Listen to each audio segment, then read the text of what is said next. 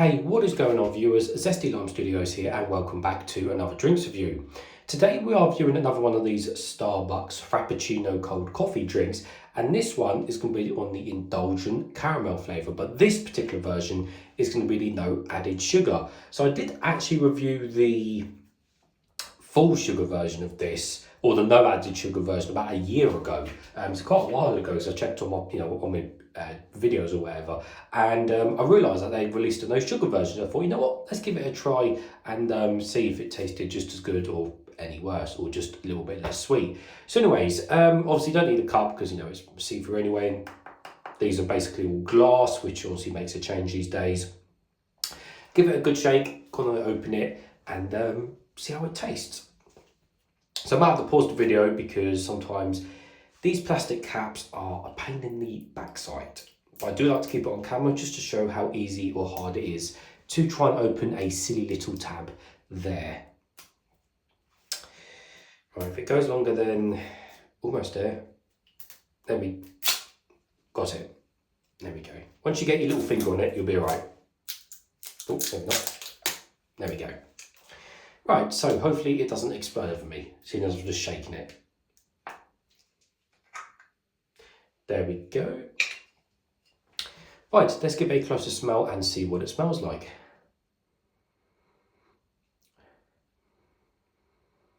So all I can smell is just like a milky kind of smell, really. Can't really smell anything caramelly or anything specific to a particular flavour as such. It doesn't really smell like coffee either. There's a very slight hint of coffee.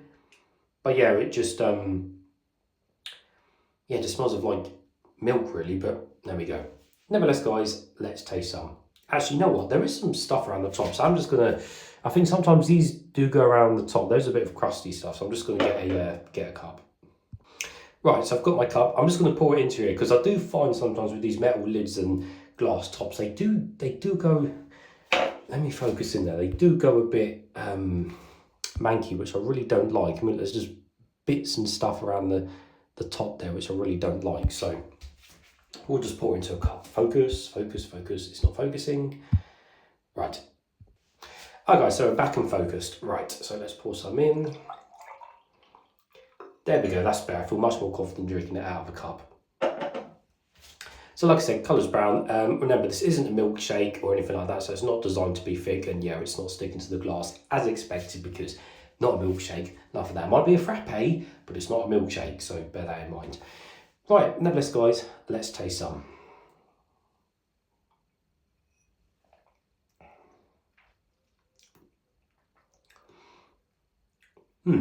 Definitely can taste the caramel flavour. You can really taste it.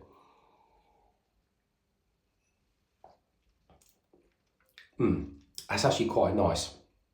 And I think the problem is with these no added